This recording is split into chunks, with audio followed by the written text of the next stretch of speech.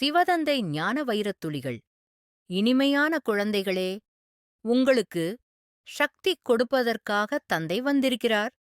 நீங்கள் ஆத்ம அபிமானியாக இருந்து புத்தியின் தொடர்பை ஒரு தந்தையிடம் கொண்டு சென்றால் உங்களுக்கு சக்தி கிடைத்துக் கொண்டே இருக்கும்.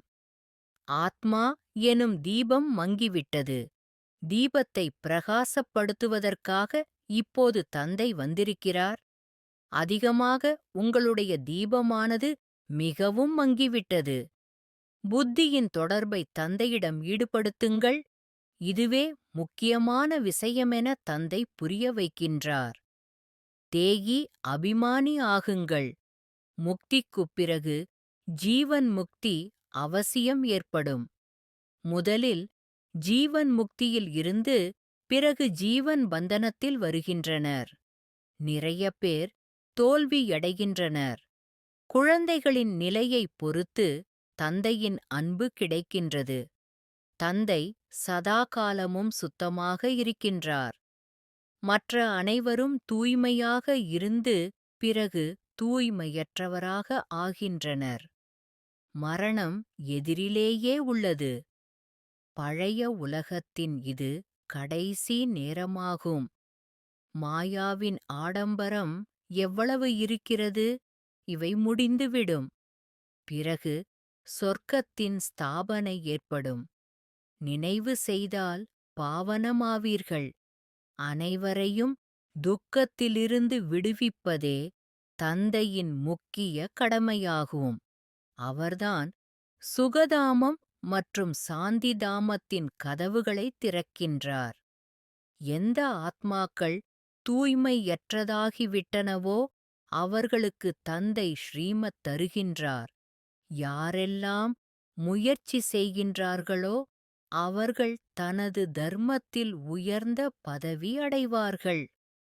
ஆத்மா சின்னஞ்சிறிய நட்சத்திரமாக இருக்கிறது. இந்த கண்களால் பார்க்க முடியாது. திவ்யமான பார்வையால் காட்சி ஏற்படும். புள்ளியாக இருப்பதால் பார்ப்பதில் என்ன லாபம் இருக்கிறது?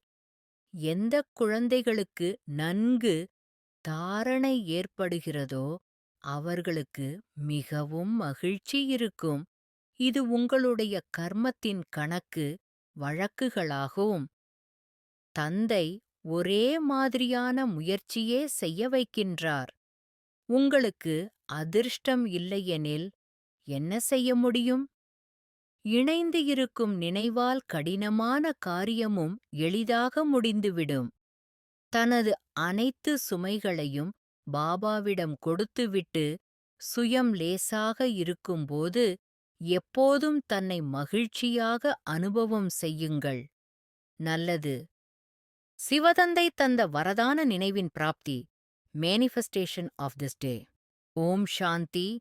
இனிமையிலும் இனிமையான பேரானந்தக் கடல் என் சிவதந்தை ஆத்மா எனது மங்கிவிட்ட தீபத்தை பிரகாசப்படுத்தி ஒளி வீசும் விஸ்வ கல்யாணகாரியாக மாற்றம் தருவதற்காக வந்துள்ளீர்கள்.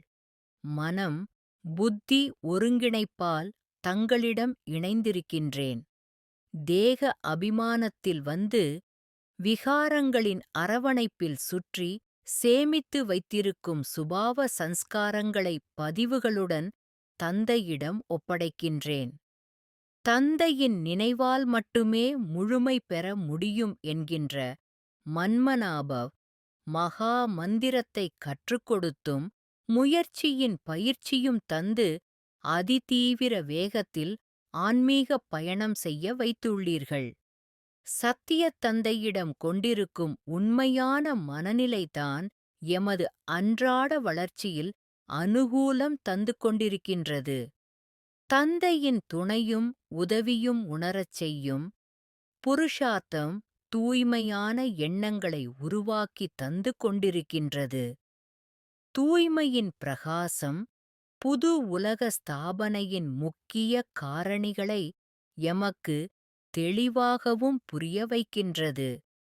தூய்மை தன்மையை மேன்மை பெறச் செய்வதற்காக சதா காலமும் சிரேஷ்டமான வழிகளை எனக்காக அமைத்துத் தந்து அதன் வழியிலேயே பாதுகாப்புடன் அழைத்துச் செல்வது, செய்வதும் செய்விப்பதுமான என் சிவபரமாத்ம தந்தை நீங்கள்தான். தெய்வீக திவ்ய குணங்களை தாரணையில் கொண்டு வருவதுதான் எமக்கு தந்தை நீங்கள் கொடுத்திருக்கும் தலையாய கட்டளையாகும். தந்தை உங்களது துணை ஒன்றுதான் எமக்கு சதா சர்வகாலமும் முழுமையான உதவிகளை தருகின்றது. தந்தையின் உள்ளபூர்வமான அன்பை அடைவதற்கான அதிகாரத்தையும் சுதந்திரத்தையும் எனக்கு தந்திருக்கின்றீர்கள். கர்மயோகி பிறவி கிடைத்து சுதந்திரம் பெற்ற ஆத்மா நான் விஸ்வ சேவைக்கு நிமித்தமான கருவியாக தந்தை உங்களால் நியமிக்கப்பட்டுள்ளேன். எல்லையற்ற வைராகிய உணர்வை முழுமையாக கடைப்பிடித்து விசேஷமான தாரணை ஆதாரத்தில் கர்மயோகி வாழ்வை வாழும் முயற்சியில் முன்னேறி வருகின்றேன். ஆத்மா நான் சிவ தந்தையோடு இணைந்திருக்கின்றேன். மகிழ்வாக பேரானந்தமாக இருக்கின்றேன். சம்பூரண தூய்மையை தந்தையால் வளர்த்துக் கொண்டிருக்கின்றேன். நன்றி பாபா. நல்லது. மன்மனாபவ. தன்னை ஆத்மா என உணர்ந்து ஆத்மாவின் தந்தையான பரமாத்மாவை அன்போடு நினைவு செய்தால் ஆத்மாவில் இருக்கும் 63 ஜென்மங்களின் பாவ கர்மங்கள் அழிந்து போகின்றன. ஓம் சாந்தி.